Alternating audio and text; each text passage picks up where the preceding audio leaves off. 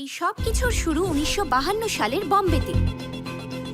সেই সময়ে সেই শহরে কোনো ব্লাড গ্রুপের সাথে ম্যাচ করে না এরকম একটা বাচ্চার জন্ম হয়। ওই বাচ্চাটার ব্লাড গ্রুপের নাম কি রাখা হবে তা নিয়ে অনেক আলোচনার পর মেডিকেল কাউন্সিল এর নাম রাখে বম্বে ব্লাড গ্রুপ। তখন সারা ভারতবর্ষে এই ব্লাড গ্রুপের মানুষ ছিলেন মাত্র ১৭৯ জন, কিন্তু এখন ভারতে প্রতি ১০ লাখ মানুষের মধ্যে ৪ জনের এই ব্লাড গ্রুপ পাওয়া যায়। সেই হিসেবে বলা যায় যে এখন ভারতে এই ব্লাড গ্রুপের সংখ্যা বেড়েছে, আর এর কারণ হলো ব্লাড রিলেশনের মধ্যেই বিয়ে করা।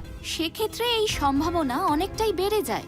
এই ব্লাড গ্রুপের বিশেষত্ব হলো এই ব্লাড গ্রুপের মানুষরা সবাইকে ব্লাড দিতে পারেন, কিন্তু যখন তাদের নেওয়ার প্রয়োজন হয় তখন সহজেই এই ব্লাড পাওয়া যায় না। তাই এর অ্যাডভান্টেজ যেমন আছে, ডিসঅ্যাডভান্টেজও অনেক। তার মানে এই ব্লাড গ্রুপের বাচ্চারাই মারা যাচ্ছে ডক্টর। এই সেম ব্লাড গ্রুপ নিয়ে আর কোনো বাচ্চা জন্মাচ্ছে কিনা বলতে পারবেন? সরি স্যার, আমি এটা বলতে পারবো না। দেখুন ডক্টর, আপনি যদি আমাকে হেল্প করেন তাহলে ওই বাচ্চাদের বাঁচাতে পারবো, দোষীকে ধরতে পারবো।